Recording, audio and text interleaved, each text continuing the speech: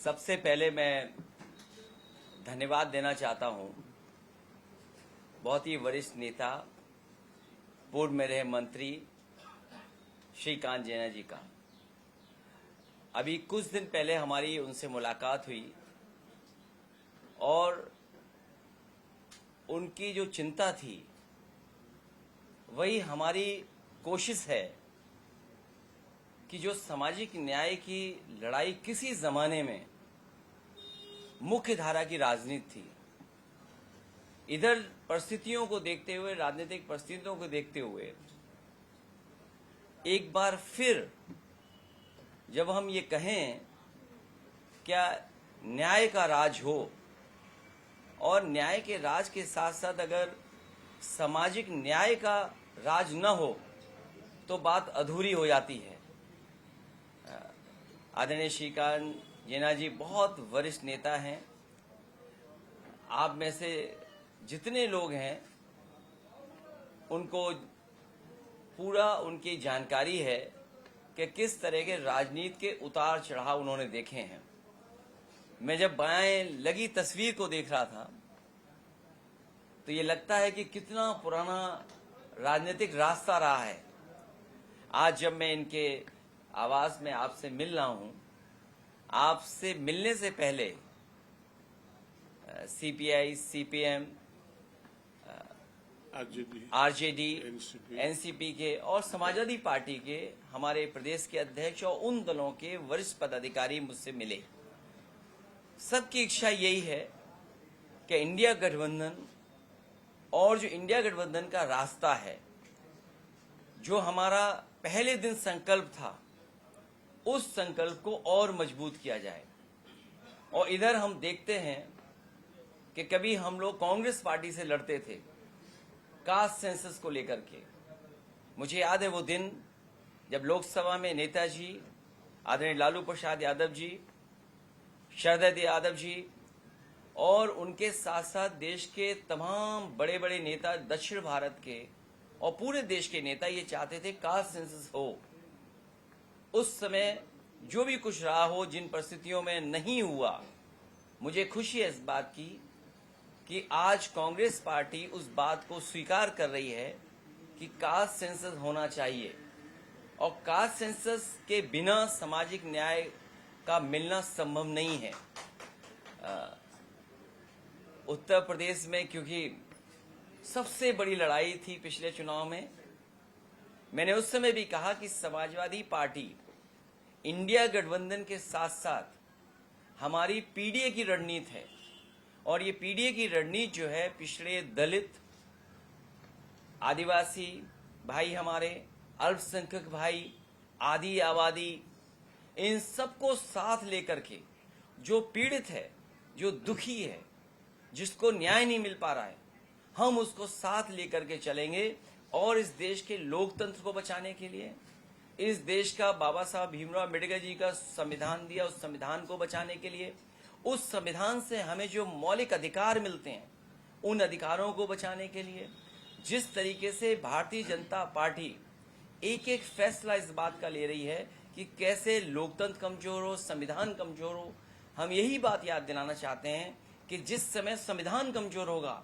हमारा लोकतंत्र कमजोर होगा। मुझे खुशी है इस बात की कि कम से कम उड़ीसा में श्री कांत जैना जी और उनके तमाम सहयोगी साथी मिलकर के इस आवाज को उठा रहे हैं, जहां हम लोकतंत्र, संविधान और बाबा साहब भीमराव अम्बेडकर जी का दिया हुआ संविधान के तहत जो हमें व्यवस्था है, उस व्यवस्था को बचाने के लिए, क्योंकि सामाजिक न्याय मिलना, सामाजिक न्याय के साथ साथ आर्थिक जो गैर बराबरी है उसमें हमारी बराबरी का हक मिले, उस आर्थिक गैर बराबरी में हम गरीबों को भी जोड़ा जाए, हमारे तमाम लोग जो पीछे रह गए वो उनको जोड़ा जाए। इसलिए हालांकि मैं आपसे जब मिल रहा हूं, अभी 14 तारीख को हमने सबने मिलकर के, न केवल समाजवादी पार्टी ने बल्कि देश के सभी दलों ने और देश के सभी संगठनों ने बढ़ चढ़ करके पूरे देश में हिस्सा लिया और जगह जगह कार्यक्रम हुए, जगह जगह गोष्ठियां हुई, जगह जगह हमें आपको देखने को मिला कि सब लोग ये संकल्प ले रहे हैं और याद कर रहे हैं बाबा साहब भीमराव अंबेडकर जी को, जो हमारे संविधान के शिल्पकार रहे, संविधान के निर्माता, जिन्होंने हमें आपको रास्ता दिखाया कि किस तरीके से यही संविधान है जो हमें अधिकार दिलाएगा। और उसी संविधान को लोग कमजोर कर रहे हैं। और देखने को तो ये मिला कि जो संविधान को कमजोर कर रहे हैं वो सबसे ज्यादा बढ़ चढ़ करके इस कार्यक्रम में हिस्सा ले रहे थे। इसलिए जरूरी बनता है कि सामाजिक न्याय के राज की स्थापना का संकल्प लें हम, क्योंकि सामाजिक न्याय के राज के बिना हम अपने गरीबों को, हम अपने आदिवासी भाइयों को, हम अपने छूटे हुए लोग जो हैं, जो आज़ादी के बाद जिन्हें हक और सम्मान मिल जाना चाहिए नहीं मिल पा रहा है, उनके लिए लड़ाई हम लोग लड़ेंगे। एक बहुत बड़ा पत्र मैंने लिखा था, हालांकि मैं अभी पत्र नहीं पढ़ सकता हूं, लेकिन मैं अपने साथियों से कहूंगा कि सभी को इसकी कॉपी दे दिया है, जिससे कि हम लोग क्या संदेश देना चाहते हैं वो कम से कम इसके माध्यम से चीजें पहुंचें। क्योंकि सामाजिक न्याय और होना उसका आर्थिक गैरबराबरी बनी रहे तो शायद संभव नहीं है। लड़ाई बड़ी है, लेकिन मुझे उम्मीद है कि उत्तर प्रदेश की जनता को हम लोग जगाने में कामयाब हो गए हैं। यहाँ हमें आज चाय के साथ साथ जो मीठा खाने को मिला है और उसके साथ साथ इन्हें दलों के मिलने का मौका मिला, मुझे उम्मीद और बढ़ गई है कि जब शिका जिला जैसे लोग साथ आ रहे हैं तो इस लड़ाई को हम सब मिलकर के लड़ेंगे। हालांकि उड़ीसा में कोई मेरा पहली यात्रा नहीं है। सबसे पहले मैं आया था जब नंदन कानन का, जिसमें टाइगर्स की जान चली गई थी, उस जेपीसी का मैं मेंबर था। और उसके बाद ही नेताजी ने फैसला लिया था कि हम लोगों ने राय दी नेताजी को, नेताजी ने फैसला लिया कि लायन सफारी इटावा में बनेगी। और उसका परिणाम ये हुआ कि आज इटावा में लायन सफारी बन गई है। हालांकि यहाँ टाइगर के साथ हादसा हुआ था। एक बार मैं और आया था नेताजी के साथ ही, जब फायरिंग रेंज पर, उस समय नेताजी डिफेंस मिनिस्टर थे, जो हमारे पूर्व राष्ट्रपति रहे कलाम साहब वहां पर हेड कर रहे थे डीआरडीओ को। उस समय मुझे जाने का मौका मिला था। उड़ीसा प्रदेश में सामाजिक न्याय की लड़ाई आगे बढ़े, क्योंकि पिछड़ों के साथ जो भेदभाव हो रहा है, पिछड़ों के साथ जो अन्याय हो रहा है, वो कल्पना नहीं की जा सकती है। हम लोग तो उत्तर प्रदेश में देख रहे हैं किस तरीके से भेदभाव है हर इंस्टीट्यूशन में। कहने को ये पिछड़ों के साथ देना चाहते हैं, अपने नकली सर्टिफिकेट भी बना के लाए बीजेपी के लोग, लेकिन सच्चाई में उन्हें हक नहीं दे रहे हैं। उड़ीसा में भी शिक्षा में या रोजगार में जो हक उन्हें पिछड़ों को मिलना चाहिए वो नहीं मिल पा रहा है। हमें उम्मीद है हम लोगों के बीच में जाएंगे, जगाएंगे और उनको साथ लाने का काम करेंगे। कहीं भी कम्युनल टेंशन हो या इस तरह की घटना घटे, हम सभी पॉलिटिकल पार्टी के लोगों की जिम्मेदारी बने कि सबसे पहला संदेश वहां के लोगों के लिए हो और उनसे अपील हो कि इस तरह की हिंसा से समाज आगे नहीं बढ़ सकता है। और हमारी सबकी ये कोशिश होनी चाहिए कि वो हिंसा या इस तरह का झगड़ा कहीं भी समाज में न धर्म को लेकर के हो, न जाति को लेकर के हो। जहां तक हमारे मुख्यमंत्री जी के बारे में पूछा जा रहा है, हमारे मुख्यमंत्री जी ये समझते हैं कि कपड़े पहनने से कोई योगी हो जाता है, वस्त्र पहनने से योगी हो जाता है। मैंने कई मौकों पर कहा, हमारा सबसे बड़ा धार्मिक किताब ग्रंथ गीता है। जहां गीता में सुनने को मिलता है या पढ़ने को मिलता है, यही संदेश है उसमें, जो दूसरे का दुख अपना दुख समझे, वो सबसे बड़ा योगी है। लेकिन हम लोग तो ये देखते हैं, दुख तो समझना दूर, हमारे मुख्यमंत्री ऐसे हैं कि भाषा से ही दुख पहुंचा रहे हैं। कहीं एएनआई वाले तो नहीं थे? एएनआई थे, पीटीआई वाले एएनआई पे देख लें। और हमारे मुख्यमंत्री तो ये कह रहे हैं कि जीरो पॉवर्टी, ये जीरो पॉवर्टी क्या होता है? और फिर कहते हैं डंडा। हमारे मुख्यमंत्री खुद ही अंडा है। हमारे यहाँ जीरो को अंडा बोलते हैं, हमारे मुख्यमंत्री खुद ही अंडा है। तो उनसे और क्या उम्मीद करोगे? आप देश के आंकड़े देखिए। आप अगर हम प्लानिंग कमीशन के आंकड़े देखें या देश के या दुनिया के जो आंकड़े समय समय पर आते हैं, हमारा स्टैंड, हमारा सरकार कहाँ खड़ी है हमारी यूपी की, और हमारे मुख्यमंत्री जी इसी में खुश हैं। अब उनकी जानकारी देखिए आप। हम हर चीज में नीचे से 2 या नीचे से 1 पे हैं, तो उन्हें लगता है कहीं से तो हम नंबर 1 हैं, ऊपर से नहीं तो नीचे से नंबर 1 है।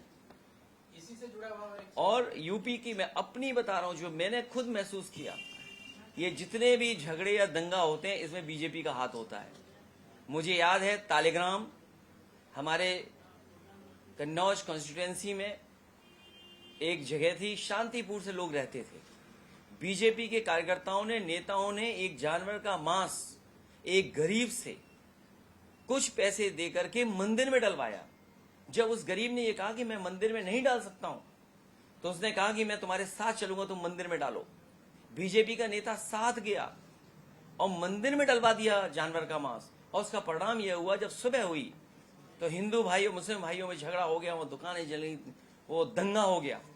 बाद में वहां के पुलिस कप्तान ने जब सच्ची जांच की तो उसमें 17 बीजेपी के लोग जेल गए, एनएसए लगा उनमें। ये मैं एक घटना बता रहा हूं। हमने अपनी आंखों से बहुत सारी ऐसी घटनाएं देखी हैं जहां बीजेपी के लोग शामिल होते हैं।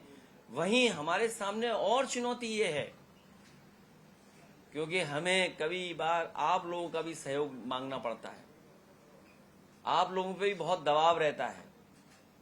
अब यहां तो नहीं होगा दबाव उड़ीसा में, लेकिन यूपी में तो दबाव हमने बहुत देखा है, दिल्ली में। मैंने कल भी कहा और फिर कहता हूं, धार्मिक बयानबाजी से हमें आपको बचना होगा, और कोई भी बयान हम ऐसा दें जो नुकसानदेह है उससे बचना होगा। क्योंकि जैसे ही हम बयान देंगे जो है नहीं, जो सच्चे नहीं हैं, वो उसका लाभ उठाना चाहते हैं। और हम तो ऐसे हैं कि कहीं ले चलो हम चल देते हैं। और एक बार तो मैंने ये कहा कि अगर हम पेड़ देख लें और पेड़ के नीचे पत्थर देख लें और पत्थर पे लाल झंडा देख लें या कुछ पूजा पाठ देख लें तो हम उसी को भगवान मान लेते हैं, उस पर हम पे केस हो गया। तो बीजेपी का सोचिए, एक तरफ तो वहां केस करते हैं, अगर हम ये कहें कि अगर हम पीपल का पेड़ देखें और उसके नीचे पत्थर रखा हो हम उसी को भगवान मान लेते हैं। अगर ये बात मैं कह दूं तो बीजेपी के लोग केस करते हैं मुझ पर। तो ये समझ में नहीं आ रहा बीजेपी के लोग चाहते क्या है। किसी भी स्टेट के साथ भेदभाव नहीं होना चाहिए। जो हमारे संविधान निर्माता थे उन्होंने बहुत सोच समझ करके फेडरल सिस्टम क्रिएट किया है, उस फेडरल सिस्टम में हस्तक्षेप नहीं करना चाहिए। मान लीजिए गवर्नर हैं, मैं अपने स्टेट के उदाहरण देता हूं, दूसरे स्टेट का तो आपने सुप्रीम कोर्ट तक फॉलो किया होगा। हमारे यहाँ एक गवर्नर थे, और वो गवर्नर ये थे जो कि उनकी काम नहीं था, जिम्मेदारी नहीं थी ये काम करने की, लेकिन उसके बावजूद भी जाति के आधार पर मुझ पे आरोप लगाते थे कि मुख्यमंत्री जो हैं वो जाति के आधार पर काम कर रहे हैं और पोस्टिंग कर रहे हैं। आज हम देखते हैं गवर्नर है हमारी स्टेट में, पोस्टिंग ही जाति के आधार पर हो रही है, लेकिन गवर्नर चुप है। तो फेडरल सिस्टम में हस्तक्षेप नहीं करना चाहिए। दूसरा, हमारी स्टेट उत्तर प्रदेश, जिसने प्रधानमंत्री 3 बार बनाने का मौका दिया, जब हम बजट देखते हैं एनएचआई का, तो उत्तर प्रदेश जिसने सबसे ज्यादा लोकसभा के सांसद चुने और सबसे ज्यादा बीजेपी को मौका दिया दिल्ली सरकार बनाने में, लेकिन बजट में भेदभाव हो रहा है।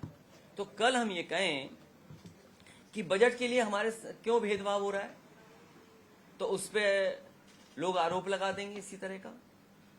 अभी हमारे यहाँ कुंभ हुआ, हमने भी डुबकी लगाई, लेकिन बीजेपी वाले पिछला जो कुंभ हुआ था उसकी डुबकी की तस्वीर नहीं दिखा सकते। हम तो पिछले कुंभ में भी गए थे, उससे पहले वाले में भी थे, हम लोग शामिल थे। नेताजी का है तस्वीर। जो लोग खो गए सब हिंदू श्रद्धालु थे, आज तक सूची नहीं आई है।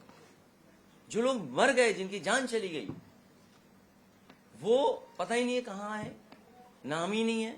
और सरकार क्यों नहीं बता रही है? क्योंकि उन्हें मुआवजा न देना पड़े। सोचो, जो दुनिया की तीसरी अर्थव्यवस्था बनने जा रहे हों, जाने कितने $1 ट्रिलियन इकोनॉमी की बात कर रहे हो, वो हिंदू श्रद्धालुओं की जान जाने पर मदद नहीं कर रहे हैं। ये कैसे हिंदू है बताओ? ये खराब हिंदू हुए कि नहीं हुए? तो भारतीय जनता पार्टी से बचो और हमें भी बचाओ। अखिलेश जी, एक सवाल इसी रिलेटेड है कि आपको लगता है सेंटर ने इन्फ्लुएंस कर रहा है स्टेट्स की पावर को? अभी आज ऐसा ये सोचने की बात नहीं है। और हमें तो ये लगता है, मुझे उड़ीसा का नहीं पता, हो सकता है उड़ीसा का इंजन अपने हिसाब से चल रहा हो, स्टेट का इंजन। एक मिनट जाओ, मुझे नहीं पता बहुत ज्यादा डिटेल में, लेकिन आप सब जानते ही होंगे। लेकिन यूपी का जो डबल इंजन है, क्योंकि एक दूसरे के पक्ष में नहीं है, एक दूसरे से टकरा रहे हैं, साथ नहीं चल रहे हैं, आमने सामने टक्कर मार रहे हैं। पहले तो हमारे यहाँ इंजन ही टक्कर मार रहे थे, अब देखते हैं डब्बे के डब्बे भी टक्कर मार रहे हैं। अब उड़ीसा का पता नहीं कैसा हो रहा होगा, इंजन कैसे चल रहा होगा। समाजवादी पार्टी और बहुत सारे सेकुलर फोर्सेस, जो सेकुलर पार्टियां हैं, कांग्रेस से लेकर के हम सब दलों ने वक्फ बोर्ड का और जिस तरह का बिल आया उसका विरोध किया है, और हम लोग विरोध करते रहेंगे।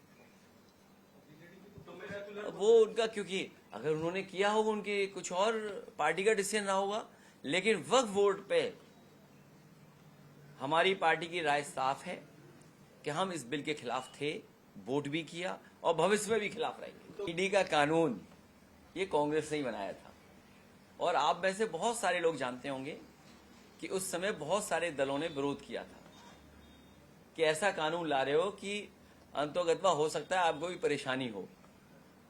और मैं और प्रदेशों का नहीं कह सकता हूं, लेकिन मुझे जानकारी मिली थी महाराष्ट्र की, कोई भी नेता जो बीजेपी के खिलाफ था, ईडी, सीबीआई, इनकम टैक्स से बच नहीं पाया। महाराष्ट्र का कोई भी नेता जो बीजेपी के अगेंस्ट था, वो बच नहीं पाया ईडी, सीबीआई, इनकम टैक्स से। और जो नेशनल हेराल्ड का इशू है, हमारा मानना, हमारी राय साफ है, हो सकता है मैं गलत हूं, लेकिन मैं यही समझ रखता हूं, इतनी समझ मुझे है कि ईडी जैसा विभाग खत्म कर देना चाहिए। मैं तो कांग्रेस पार्टी से कहूंगा कि वो कहें कि ईडी जैसा विभाग ही खत्म होना चाहिए। जब आपके पास इनकम टैक्स है, तो आप जीएसटी दे रहे हो, तो आप इसका मतलब इन विभागों पर भी भरोसा नहीं कर रहे हो। और यूपी में तो देखिए, नोटबंदी के बाद कितना रुपया निकला था। हमारे यहाँ तो आईएएस लोग भी गायब हैं, अंडरग्राउंड हैं। सुनने में आ रहा है कि मुख्यमंत्री जी क्या रह रहे हैं वो। कहीं ऐसा हो सकता है कि जो इंसेंटिव दे रहे हो वो कमीशन ले रहे हो? जो इंसेंटिव ला रहे हो आपके यहाँ भी हुआ होगा इन्वेस्टमेंट मीट, तो इन्वेस्टमेंट मीट में जो इंसेंटिव दिए जाते हैं, वो इंसेंटिव भूल कर कमीशन की तरफ जा रहे थे। डिलिमिटेशन तभी होगा जब देश में सेंसस होगा, और सेंसस जब होगा तो हम जाति जनगणना मांगेंगे। तो सेंसस हो, जाति जनगणना मांगेंगे। पहला कदम जाति जनगणना है, बिना सेंसस के डिलिमिटेशन नहीं हो सकता। और फिर महिला आरक्षण भी होना है। हम डिलिमिटेशन में जो तमिलनाडु की बात है, हम उनके साथ हैं। दक्षिण भारत के जो मुख्यमंत्री लोग हैं, जो कंसर्न दिखा रहे हैं, जो उनको लगता है कि ऐसा होगा, हम उनके साथ हैं। हम लोगों के खिलाफ जो डिलिमिटेशन हो रही थी, हमारी कॉन्स्टिट्यूंसी कैसे खराब हो जाए, उस समय जो सरकार थी वो ये कोशिश कर रही थी कि हमारी कॉन्स्टिट्यूंसी कैसे खराब हो जाए। तो अगर बीजेपी करेगी उत्तर प्रदेश में डिलिमिटेशन, तो ऐसा करेगी कि अपना कैसे जीत लें। उन्हें ज्योग्राफिकल एस्पेक्ट नहीं देखेंगे, एडमिनिस्ट्रेटिव एस्पेक्ट नहीं देखेंगे, कोई ऐसा फार्मूला लाएंगे जो हमें आपको भी नहीं पता होगा। भाई डिलिमिटेशन का फार्मूला क्या होगा, वो ऐसा बीजेपी लाएगी। नहीं, सेंसस के बाद डिलिमिटेशन जब करोगे तो ऐसा फार्मूला ले आएगी जो हमें आपको नहीं पता होगा। मान लीजिए एक स्टेट था, उसमें डिलिमिटेशन करने में कितना वक्त लगा बताइए आप। एक छोटा सा स्टेट, उसकी आबादी तो कुछ भी नहीं थी। जम्मू कश्मीर की आबादी क्या थी, आप देखिए, डिलिमिटेशन रिपोर्ट पढ़िए आप। डिलिमिटेशन बीजेपी के हिसाब से हो रहा था वहां। तो अब यूपी का जब डिलिमिटेशन करेंगे या दक्षिण भारत का करेंगे, जो दक्षिण भारत के मुख्यमंत्री एक साथ बैठे, उनकी राय, उनका जो सुझाव है वो ठीक है, हम उनके साथ हैं। अखिलेश जी, नवीन पटनायक के ऊपर कितना उम्मीद है आपका? वैसे जब लैपटॉप बांटा था तो उत्तर प्रदेश में पहले लैपटॉप बांटा था, और मुझे इतना अच्छा लगा कि उड़िया भाषा में यूपी में छपा था ऐड उसका। आज का जमाना जो है ना सोशल मीडिया का है। बीजेपी की सरकार ने उस प्रचार पे खर्च कितना किया, दो बातें बता दें। टोटल कुंभ पे पैसा कितना खर्च हुआ, और डुबकी लगाने का प्रचार हो उस पे कितना खर्च हुआ, और ऐसा ऐसा पैसा बांटा गया है यूट्यूबर्स को, हमें पता ही नहीं है। यूट्यूबर्स जानते हैं या बीजेपी जानती है? जो यूट्यूबर्स थे उनमें इतना पैसा दिया गया है कि या फिर बीजेपी जानती थी या यूट्यूबर जानता था, सरकार जानती नहीं थी। नहीं, ये ऐसा है, ये व्यक्तिगत आस्था है। अब जैसे हम लोगों ने डुबकी कहीं और लगा दी गंगा में, उस पर भी शिकायत थी बीजेपी को। बीजेपी की शिकायत का आप नहीं कर सकते, इसीलिए मैंने कहा वो खराब हिंदू हैं। अब आप सोचिए, मैं मंदिर गया तो मेरे जाने के बाद गंगा जल से धोया गया मंदिर, क्या ये अच्छी बात है? मुझे एक बीजेपी का आदमी बता दे, एक नेता उनका, कि क्यों मंदिर धोया था उन्होंने। और जब मैं मुख्यमंत्री आवास से दूसरे आवास में गया तो यही मुख्यमंत्री ने क्या गंगा जल से नहीं धोया ना गंगा जल से। इसलिए हमने भी गंगा जल में डुबकी लगा दी। अब गंगा जल किससे धोगे? अब इसलिए मेरे पत्रकार साथी, जो गंगा का स्नान है वो व्यक्तिगत आस्था है, हम इनके साथ हैं। जब साथ हैं तो साथ हैं, और कई दल और भी हैं जो सब साथ काम करेंगे। देखिए, इनके बुलाने पर जब आए हैं तो कोई ऐसी बात रही होगी जो इनकी बातों को हम लोगों ने स्वीकार किया होगा उड़ीसा को लेकर, और कुछ सुझाव हम लोगों ने भी दिए होंगे।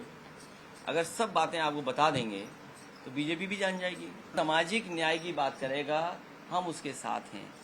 जो आर्थिक गैरबराबरी के बाद बात करेगा, हम उसके साथ हैं। उड़ीसा में जिस तरीके का शोषण हो रहा है, आपके सब नेचुरल रिसोर्सेज यहाँ हैं। जब सूरज की रोशनी, हवा, कोई हमसे भेदभाव नहीं करती है, तो आखिरकार सरकार की क्यों पॉलिसीज हमारे आपके साथ भेदभाव करती हैं? तो अगर उस दिशा में श्रीकांत जेना साहब अगर कुछ काम कर रहे हैं तो हम उनके साथ। उड़ीसा में भी बीजेपी ने कहा होगा डबल इंजन, तो ये बीजेपी वाले डबल इंजन तो बोलते हैं, लेकिन इंजन ये नहीं बताते कौन सा आगे रहेगा। अब मैं आपसे जानना चाहूं, उड़ीसा के कामकाज में इंजन कौन सा आगे है? उड़ीसा का इंजन आगे कि दिल्ली वाला इंजन आगे है फैसलों में?